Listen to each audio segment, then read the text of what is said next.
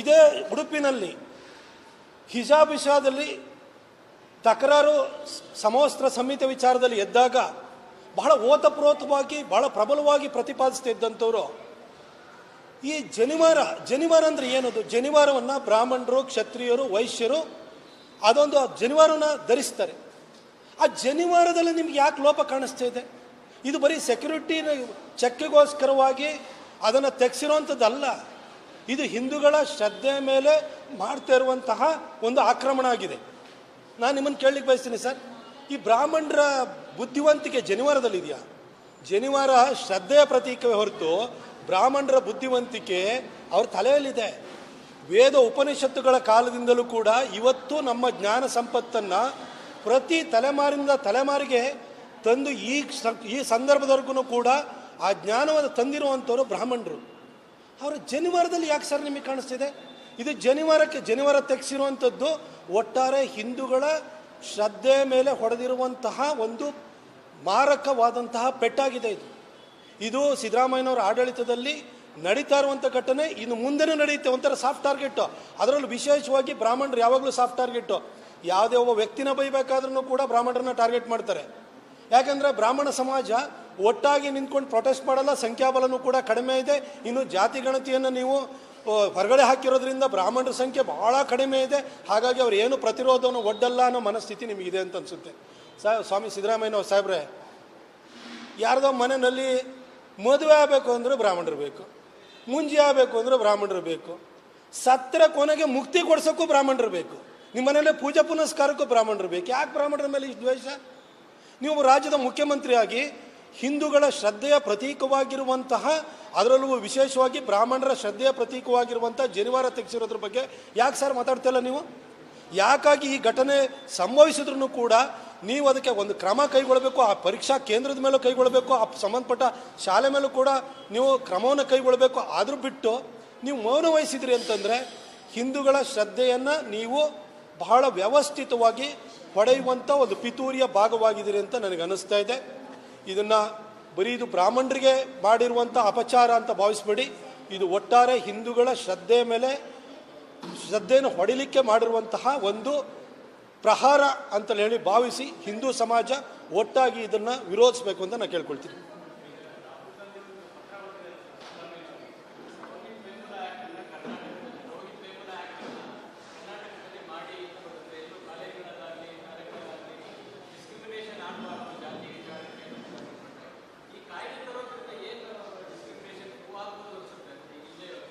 ಒಂದು ರಾಹುಲ್ ಗಾಂಧಿಯವರ ಬಗ್ಗೆ ನಾನು ಹೆಚ್ಚು ಮಾತಾಡ್ಲಿಕ್ಕೆ ಹೋಗಲ್ಲ. ಯಾಕೆಂತಂದರೆ ರೋಹಿತ್ ವೇಮುಲಾ ಘಟನೆ ಹೈದರಾಬಾದಿನ ಸೆಂಟ್ರಲ್ ಯೂನಿವರ್ಸಿಟಿಯಲ್ಲಿ ಸಂಭವಿಸಿದಾಗ ಆತ ದಲಿತ ಸಮುದಾಯಕ್ಕೆ ಸೇರಿದವನು ಅಂತೇಳಿ ಹೇಳಿದರು. ಕೊನೆಗೆ ಯಾವ ಸಮುದಾಯಕ್ಕೆ ಸೇರಿದವರು ಅಂತ ಗೊತ್ತಾಯಿತು. ಆ ಥರ ವಿಷಯಾಂತರವನ್ನು ಮಾಡ್ತಿದ್ದಾರೆ. ರೋಹಿತ್ ವೇಮುಲಾ ಆ್ಯಕ್ಟೋ ಇನ್ನೊಂದು ಆ್ಯಕ್ಟೋ ಅದರ ಅಗತ್ಯ ಇಲ್ಲ.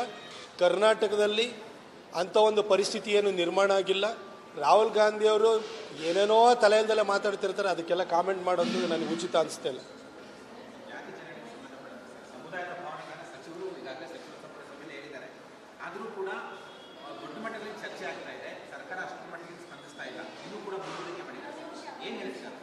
ನಾನು 4 ದಿನಗಳ ಹಿಂದೆ ನಡೆದಂತಹ ಪತ್ರಿಕಾಗೋಷ್ಠಿಯಲ್ಲಿ ಮೈಸೂರಲ್ಲಿ ಭಾಳ ಸ್ಪಷ್ಟವಾಗಿ ಹೇಳಿದ್ದೀನಿ.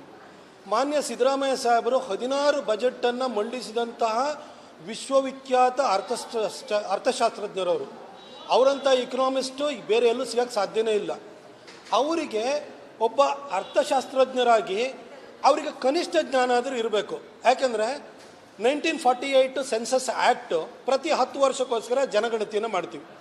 ಜನಗಣತಿ ಯಾವತ್ತೂ ಕೂಡ ಅಂಕಿಅಂಶಗಳನ್ನು ಒಟ್ಟಾರೆ ಸಂಖ್ಯೆಯನ್ನು ಹೇಳ್ತಾರೆ ಹೊರತು ಗೌಪ್ಯವಾಗಿಟ್ಟಿರ್ತಾರೆ.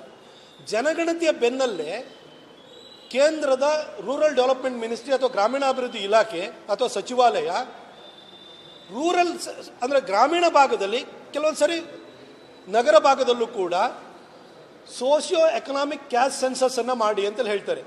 ಅಂದರೆ ಸೆನ್ಸಸ್ಸಿನ ನಂತರ 2011ರಲ್ಲಿ ಸೆನ್ಸಸ್ ಆಯಿತು.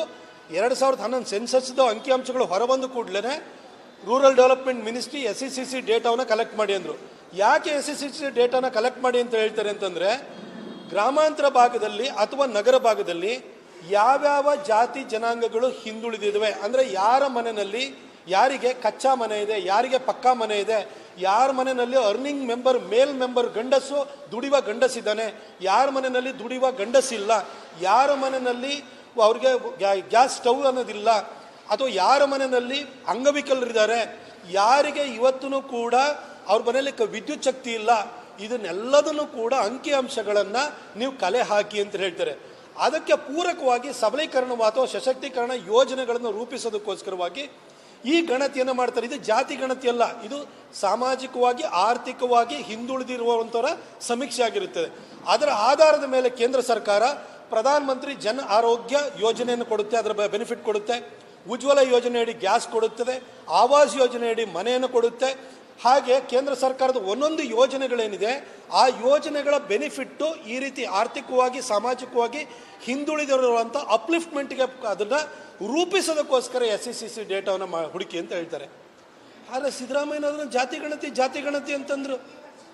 ಈಗ ಒಂದಷ್ಟು ಜನ ಏನಾಗಿದೆ ಅಂತಂದರೆ ಒಕ್ಕಲಿಗರಿಗೆಲ್ಲ ನಮ್ಮ ಸಂಖ್ಯೆ ಕಮ್ಮಿ ಕೊಟ್ಟಿದ್ದಾರೆ ಅಂತ ಒಕ್ಕಲಿಗರ ನಾಯಕರಿಗೆ ಸಿಟ್ಟು ಬಂದ್ಬಿಟ್ಟಿದೆ. ಲಿಂಗಾಯತರಿಗೆ ನಮ್ಮ ಸಂಖ್ಯೆ ಕಮ್ಮಿ ಆಗ್ಬಿಡ್ತು ಅಂತ ಶಾಮನೂರು ಶಿವಶಂಕರಪ್ಪನವರಿಗೆ ಇದಾಗಿದೆ, ಅವರಿಗೆ ಇರ್ಸು ಮುರ್ಸಾಗಿದೆ. ಇನ್ನು SCಗಳಿಗೆ ಏನಾಗಿದೆ ಅಂತಂದರೆ ನಮ್ಮ ಸಂಖ್ಯೆ 1 ಕೋಟಿ ಕೊಟ್ಬಿಟ್ಟಿದ್ದಾರೆ ಅಂಥೇಳಿ ಅವ್ರಿಗೆ ಒಳಗಿಂದ ಒಳಗೆ SC ನಾಯಕರುಗಳಿಗೆ ಖುಷಿಯಾಗಿರ್ಬೋದು. ಆದರೆ ಇದ್ರ ಒಟ್ಟಾರೆ ಸಿದ್ದರಾಮಯ್ಯನವರ ಪ್ರಯತ್ನ ಅನ್ನೋದು ಈ ಹಿಂದೆ 2006ರಲ್ಲಿ ಅಹಿಂದವನ್ನು ಪ್ರಾರಂಭವನ್ನು ಮಾಡಿ ಅಲ್ಪಸಂಖ್ಯಾತರ ಜೊತೆಗೆ ದಲಿತರು ಮತ್ತು ಹಿಂದುಳಿದವರು ಅಂತ ಹಿಂದೂ ಧರ್ಮೀಯರಲ್ಲಿರುವಂಥ ಒಂದು ವರ್ಗವನ್ನು ಹೊಡೆದಿದ್ರು. ಇವತ್ತು ಅಧಿಕಾರದಲ್ಲಿ ಮುಂದುವರಿಲಿಕ್ಕೆ ಇಡೀ ಸಮಸ್ತ ಹಿಂದೂ ಧರ್ಮೀಯರನ್ನೇ ಹೊಡೆಯುವಂತಹ ಪ್ರಯತ್ನವನ್ನು ಮಾಡ್ತಾ ಇದ್ದಾರೆ. ಕನಿಷ್ಠ ಪಕ್ಷ ನೀವೆಲ್ಲರೂ ಕೂಡ ಇನ್ನಾದರೂ ಈ ಜಾತಿ ಭಾವನೆಯನ್ನು ಬಿಟ್ಟು ಒಟ್ಟಾರೆ ಹಿಂದೂ ಸಮಾಜವನ್ನು ಒಡೆಯಲಿಕ್ಕೆ ಸಿದ್ದರಾಮಯ್ಯನವರು ಪ್ರಯತ್ನ ಮಾಡ್ತಿದ್ದಾರೆ. ಅವರ ಉದ್ದೇಶ ಗುರಿ ಚೇರನ್ನು ಉಳಿಸ್ಕೊಳ್ಳುವಂಥದ್ದು ಅಷ್ಟೇ ಅನ್ನೋದನ್ನು ಅರ್ಥ ಮಾಡ್ಕೊಳ್ಳಿ. ಇವತ್ತಾದರೂ ನೀವು ಇನ್ನೂ ಕೂಡ ಗೌಡ, ಲಿಂಗಾಯತ, SC, ST, ನಾನು OBC, ನಾನು ಕುರುಬ ಈ ಮನಸ್ಥಿತಿಯಿಂದ ಹೊರಗಡೆ ಬನ್ನಿ ಅಂತ ನಾನು ಕೇಳ್ಕೊಳ್ತೀನಿ. ಸಿದ್ದರಾಮಯ್ಯನವರು ಅವರ ಕಾರ್ಯತಂತ್ರ ಏನಿದೆ ಅದು ಖಂಡಿತ ಎಲ್ಲರಿಗೂ ಅರ್ಥ ಆಗಿರುತ್ತೆ. ಆದರೆ ಜಾತಿ ಆಧಾರದ ಮೇಲೆ ಅಪಸ್ವರ ಎತ್ತಕ್ಕೆ ಹೋಗಬೇಡಿ. ಒಟ್ಟಾರೆ ಹಿಂದೂ ಸಮಾಜದ ಪ್ರತಿನಿಧಿಗಳ ಥರ ನೀವು ಮಾತಾಡೋವಂಥದ್ದನ್ನು ಕಲ್ತ್ಕೊಳ್ಳಿ ಅಂತ ಕೇಳ್ಕೊಳ್ತೀನಿ.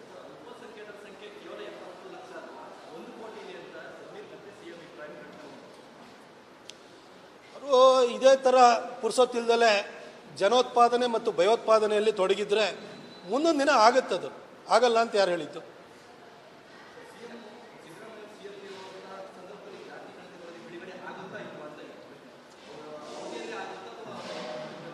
ನನಗೆ ಗೊತ್ತಿಲ್ಲ. ಸಿದ್ದರಾಮಯ್ಯನವರು 2013 ಮತ್ತು 2014ರಲ್ಲೇ ಈ SECC ಡೇಟಾವನ್ನು ಕಲೆಕ್ಟ್ ಮಾಡಿದ್ದಾರೆ. ಅದಾದ 12 ವರ್ಷದ ನಂತರ ಇವತ್ತು ಮತ್ತೆ ಹೇಳ್ತಾ ಇದ್ದಾರೆ. ಒಂದು ಕಡೆ ನೀವು ನೋಡಿ, ಕಳೆದ 6 ತಿಂಗಳಿಂದ ಗೃಹಲಕ್ಷ್ಮಿದು ಹಣ ಬಂದಿಲ್ಲ, 6 ತಿಂಗಳಿಂದ ಅನ್ನಭಾಗ್ಯ ಯೋಜನೆಯ ದುಡ್ಡನ್ನು ಕೊಟ್ಟಿಲ್ಲ. ಯುವ ನಿಧಿ ಅಂತ ಹೇಳಿದ್ರು, ಯುವ ನಿಧಿ ಇವತ್ತರೆಗೂ ಪ್ರಾರಂಭನೇ ಆಗಲಿಲ್ಲ. ಅಂಗನವಾಡಿ ಕಾರ್ಯಕರ್ತೆಯರು ಇರ್ಬೋದು, ಅಂಗನವಾಡಿ ಆಯಾಗಳಿರ್ಬೋದು, ಆಶಾ ಕಾರ್ಯಕರ್ತೆ ಇರ್ಬೋದು, 10,000 ರೂಪಾಯಿ ಕೊಡ್ತೀವಿ ಅಂತಂದರು, ಅದನ್ನು ಪ್ರಾರಂಭವನ್ನು ಮಾಡಲೇ ಇಲ್ಲ, ಅವ್ರಿಗೆ ಕೊಡ್ಲಿಕ್ಕೆ ಹೋಗಿಲ್ಲ. ಓಲ್ಡ್ ಪೆನ್ಷನ್ ಸ್ಕೀಮ್ ತರ್ತೀವಿ ಅಂತ ಹೇಳಿದ್ರು, ಅದನ್ನು ಕೂಡ ಕೊಡಲಿಲ್ಲ. ಗೋಬರ್ ನಿಮ್ಮ ಮನೆಯಲ್ಲಿ ಸಗಣಿ ಇದೆಲ್ಲ ಅದನ್ನು ಬರೀ ಬೈ ಮಾಡ್ತೀವಿ ಅಂತೇಳಿ ಹೇಳಿದರು, ಅದನ್ನೂ ಮಾಡಲಿಲ್ಲ. 48 ಅಗತ್ಯ ವಸ್ತುಗಳ ಏನು ಬೆಲೆ ಏನಿದೆಲ್ಲ ಅದನ್ನು ತೀವ್ರವಾಗಿ ಹೆಚ್ಚಳವನ್ನು ಮಾಡಿದ್ದಾರೆ. ಇಡೀ ರಾಜ್ಯದಲ್ಲಿ ಒಂದು ರೋಡಿಗೆ ಹಿಡಿ ಟಾರನ್ನು ಕೂಡ ಹಾಕಕ್ಕೆ ಇವ್ರ ಕೈಲಿ ಆಗ್ತಾ ಇಲ್ಲ. ಅಭಿವೃದ್ಧಿ ಕಾರ್ಯಗಳು ನಿಂತು ಹೋಗಿದ್ದಾವೆ. ಬರೀ ಟ್ರಾನ್ಸ್ಫರ್ಗಳಲ್ಲಿ MLAಗಳು ಮಂತ್ರಿಗಳು ದುಡ್ಡು ಮಾಡ್ಕೊಂಡು ಕೂತಿದ್ದಾರೆ. ಇವತ್ತು ಬೆಂಗಳೂರಿನ ಬ್ರ್ಯಾಂಡ್ ಬೆಂಗಳೂರು ಮಾಡ್ತೀವಿ ಅಂತೇಳಿ ಹೇಳಿದ್ರು. ಬ್ರ್ಯಾಂಡ್ ಬೆಂಗಳೂರಲ್ಲ, ಇವತ್ತು ಬೆಂಗಳೂರಿನೆಲ್ಲ ಹೋಗಿಬಿಟ್ರೆ ಗುಂಡಿ ಬೆಂಗಳೂರು ಆಗಿದೆ. ಬೆಂಗಳೂರಿನಲ್ಲಿ ಇವತ್ತು ಟ್ರಾಫಿಕ್ ಕಂಜೆಷನ್ ಏನಾಗಿದೆ, ಟ್ರಾಫಿಕ್ಕಿಗೆ ನಾವೇನೋ ಒಂದು ಮಾರ್ಗವನ್ನು ಹುಡುಕೊಡ್ತೀವಿ ಅಂತೇಳಿ ಹೇಳಿದ್ರು. 2 ವರ್ಷ, ಮುಂದಿನ ತಿಂಗಳು 20ನೇ ತಾರೀಕಿಗೆ 2 ವರ್ಷ ಆಯಿತು. ಏನು ಮಾಡ್ತಿದ್ದಾರೆ? ಕನಿಷ್ಠ ಹಾಫ್ ರಿಂಗ್ ರೋಡ್ ಆಗಿದೆ ನೈಸ್ದು, ಅದನ್ನು ಕಂಪ್ಲೀಟ್ ಮಾಡೋಕ್ಕೆ ಹೋಗಿಲ್ಲ. Outer peripheral ring road 4 packages ಇದೆ, ಒಂದೇ ಒಂದು ಪ್ಯಾಕೇಜ್ ಕಂಪ್ಲೀಟ್ ಆಗಿರೋದು, ಅದರ ಲ್ಯಾಂಡ್ ಇಕ್ವೇಷನ್ ಇಲ್ಲ. DK ಶಿವಕುಮಾರ್ ಅವರು ಮಾತ್ರ ಓತಪ್ರೋತವಾಗಿ ಮಾತಾಡ್ತಾನೇ ಇರ್ತಾರೆ. ಆಯಿತು, ಇಲ್ಲಿ ಆಕ್ಯುಪೆನ್ಸಿ ಸರ್ಟಿಫಿಕೇಟು ಎಲ್ಲ ಬಿಲ್ಡರ್ಸ್ನ ಹತ್ರ ಹೋಗಿ ಕೇಳಿ. ಈಗ ಕೆಂಪಣ್ಣ ಆ ಮನುಷ್ಯನೇ ಇವ್ರ ಭ್ರಷ್ಟಾಚಾರವನ್ನು ನೋಡಿಬಿಟ್ಟು ಸತ್ಯ ಹೋಗ್ಬಿಟ್ಟ ಮನುಷ್ಯ. ಇವತ್ತು ಆಕ್ಯುಪೆನ್ಸಿ ಸರ್ಟಿಫಿಕೇಟ್ ಕೊಡಬೇಕಾದ್ರೆ 1 ಸ್ಕ್ವೇರ್ ಫುಟಿಗೆ ಎಷ್ಟು ಚಾರ್ಜ್ ಮಾಡ್ತಿದ್ದಾರೆ? ಇವತ್ತು ಯಾವುದೇ ಬಿಲ್ಡರ್ಸ್ ಇದ್ದಾರಲ್ಲ ಅವ್ರು ಹೋಗಿ ಕೇಳಿ, ನೀವು 100 ರೂಪಾಯಿ ಚಾರ್ಜ್ ಮಾಡ್ತಾ ಇದ್ದಾರೆ. ಯಾರಿಗೆ ಹೋಗ್ತಿದೆ ಈ ಟ್ಯಾಕ್ಸು? ಈ ಥರ ಪರಿಸ್ಥಿತಿ ಬಂದಿದೆ. ಇದನ್ನೆಲ್ಲ ಇನ್ನೊಂದು ವಿಷಾಂತರವನ್ನು ಮಾಡಬೇಕು. ಇವಾಗೇನು ನಡೆದಿದೆ, ಸರ್ಕಾರದ ವಿರುದ್ಧವಾದಂಥ ಭಾವನೆ ಜನರಲ್ಲಿ ಇದೆಯಲ್ಲ, ಅದನ್ನು ಡೈವರ್ಟ್ ಮಾಡಬೇಕು, ಡಿಫ್ಲೆಕ್ಟ್ ಮಾಡಬೇಕು ಇಶ್ಯೂಸನ್ನು. ಇನ್ನೊಂದು ಕಡೆ ಮೂಡ ಹಗರಣ ಇರ್ಬೋದು, ಅಲ್ಲಿ ಸೈಟ್ ತೊಗೊಂಡು ಸಿಗಾಕೊಂಡ್ರು. ವಾಲ್ಮೀಕಿ ಹಗರಣ ಆಯಿತು. ಪ್ರಿಯಾಂಕಾ ಖರ್ಗೆ ಮತ್ತು ಲಕ್ಷ್ಮೀ ಹೆಬ್ಬಾಳ್ಕರ್ ಅವರ PS ಹೆಸರು ಬರೆದಿಟ್ಟು ಸತ್ತೋಗುವಂಥ ಪ್ರಕರಣ ಆಯಿತು. ಗುತ್ತಿಗೆದಾರರು ಸತ್ತೋಗಿದ್ದಾರೆ ಇವತ್ತು. ಹೀಗೆ ಒಂದ್ರ ಹಿಂದೆ ಒಂದು ಪ್ರಕರಣಗಳು ಸಂಭವಿಸ್ತಾನೆ ಇದ್ದಾವೆ. ಈ ಥರ ಭ್ರಷ್ಟಾಚಾರಗಳು ಒಂದು ಕಡೆ, ಸರ್ಕಾರದ ವೈಫಲ್ಯ ಇನ್ನೊಂದು ಕಡೆ, ಅಭಿವೃದ್ಧಿ ಕಾರ್ಯವನ್ನು ಮಾಡಲಿಕ್ಕೆ ಒಂದು ಪೈಸೆನೂ ದುಡ್ಡಿಲ್ಲದ ಪರಿಸ್ಥಿತಿ. ಅದ್ರ ಜೊತೆಗೆ ಜನಕ್ಕೆ ಕಸ ತೆಗೆಯೋಕ್ಕೂ ದುಡ್ಡು ಕೇಳ್ತಾ ಇದ್ದಾರೆ, ನೀರಿನ ಬೆಲೆನೂ ಕೂಡ ಜಾಸ್ತಿಯನ್ನು ಮಾಡ್ತಾ ಇದ್ದಾರೆ. ಹೀಗೆ ಸಾಲು ಸಾಲು ಸಮಸ್ಯೆಗಳ ಆಗರ ಕಾಣಿಸ್ತಾ ಇರೋದ್ರಿಂದ ಜನರನ್ನ ಒಟ್ಟಿಗೆ ಈ ಥರ ಜಾತಿ ವಿಚಾರದಲ್ಲಿ ಚರ್ಚೆ ಮಾಡಿಕೊಂಡು ಅದರಲ್ಲಿ ಅವರು ಮಗ್ನರಾಗಿರಬೇಕು. ಇವರು ಸರ್ಕಾರದ ವೈಫಲ್ಯದ ಬಗ್ಗೆ ಯಾರು ಮಾತಾಡಬಾರ್ದು ಅನ್ನೋದಕ್ಕೆ ಇದೊಂದು ಮೋಡಸ್ ಆಪರೆಂಡಿ. ಇದು ಈ ಒಂದು ತಂತ್ರಗಾರಿಕೆಯನ್ನು ಸಿದ್ದರಾಮಯ್ಯನವ್ರು ಮಾಡಿದರೆ, ದುರದೃಷ್ಟವಶಾತ್ ಅವ್ರ ಪಕ್ಷದಲ್ಲಿ ಆ ಚೇರಿಗೆ ಆಸೆ ಮಾಡ್ತಿರೋರು ನನ್ನ ಜಾತಿಯವರ ಸಂಖ್ಯೆ ಕಮ್ಮಿ ಆಯಿತು, ಇನ್ಯಾರೋ ಚೇರ್ನ ಎಳೆಯೋಕೆ ಹೋಗ್ದಿರೋರು ಅವರಿಗೂ ನಮ್ಮ ಜಾತಿಯವರ ಸಂಖ್ಯೆ ಕಮ್ಮಿ ಆಯಿತು, ನಮ್ಮ ಜಾತಿಯವ್ರನ್ನ ಒಟ್ಟು ಹಾಕೋಣ ಅಂತ ಹೇಳ್ಬಿಟ್ಟು ಇವರೆಲ್ಲ ಹೊರಟಿದ್ದಾರೆ. ನನಗೆ ನಿಜಕ್ಕೂ ಈ ನಾಯಕರುಗಳ ಮನಸ್ಥಿತಿ ಏನಿದೆಯಲ್ಲ, ನಮ್ಮ ಸಂಖ್ಯೆ ಕಮ್ಮಿ ಆಯಿತು ಅಂತ ಹೋರಾಟ ಮಾಡ್ತಿದ್ದಾರಲ್ಲ, ಅವ್ರ ಬಗ್ಗೆ ಅಯ್ಯೋ ಅನಿಸುತ್ತೆ. ನಾಳೆ ಬೆಳಗ್ಗೆ ನೀವು ಯಾರು ಉಳಿದಿರಲ್ಲ ಇದೇ ಥರ ಹೊಡೆದಾಡ್ತಾ ಇದ್ದರೆ ಎಲ್ಲ ಜಾತಿಗಳು ಒಡೆದು ಹಿಂದೂ ಸಮಾಜನೇ ಉಳಿಯಲ್ಲ.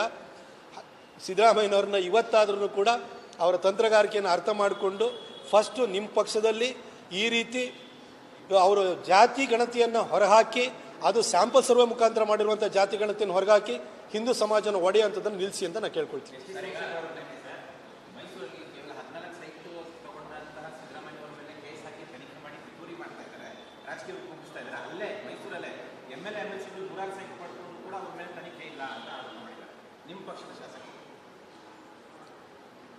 ಎಸ್ ಟಿ ಸೋಮಶೇಖರ್ ಅವರು ನಮ್ಮ ಪಕ್ಷದ ಸಿಂಬಲಲ್ಲೇ ಗೆದ್ದು ಶಾಸಕರಾಗಿರುವಂಥವ್ರು. ಅವರು ಮಂಡ್ಯದಲ್ಲಿ, ಅದು ಚನ್ನಪಟ್ಟಣದಲ್ಲಿ ಎಲೆಕ್ಷನ್ ನಡೀತಾ ಇದೆ ಅಂತಂದಾಗ ಅಲ್ಲಿ ಕಾಂಗ್ರೆಸ್ ವೇದಿಕೆಗೆ ಹೋಗ್ತಾರೆ.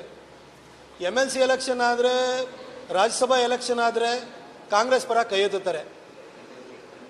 ಈ ರೀತಿ ನೈತಿಕ ಅಧಪತನವನ್ನು ತೋರಿಸ್ತಾ ಇರುವಂಥ ಎಸ್ ಟಿ ಸೋಮಶೇಖರ್ ಅವ್ರ ಬಗ್ಗೆ ನಾನು ಮಾತಾಡ್ಲಿಕ್ಕೆ ಹೋಗಲ್ಲ.